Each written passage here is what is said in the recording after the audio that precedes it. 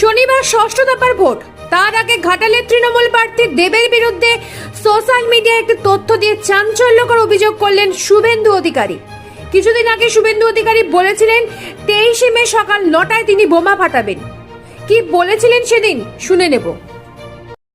Hero তাকে zero করব হিরণকে দিয়ে। 23 তারিখ সকালবেলা এমন জিনিস আমি ছাড়বো ঘাটালের প্রার্থীর সম্পর্কে, আর ঘর থেকে ওই দিন বেরাবে না।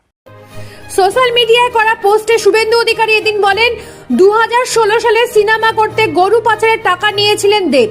এনামুল হকের ভাইয়ের থেকে 2 দফায় 50 লক্ষ টাকা নিয়েছিলেন, এমনটা অভিযোগ করেছেন বিরোধী দলনেতা শুভেন্দু অধিকারী।